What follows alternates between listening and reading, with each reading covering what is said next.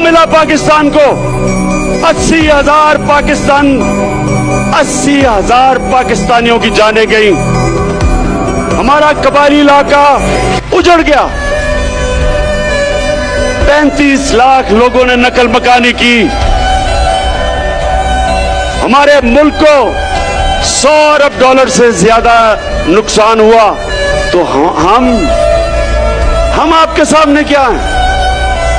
क्या हम कोई गुलाम हैं कि जो आप कहेंगे हम कर लें?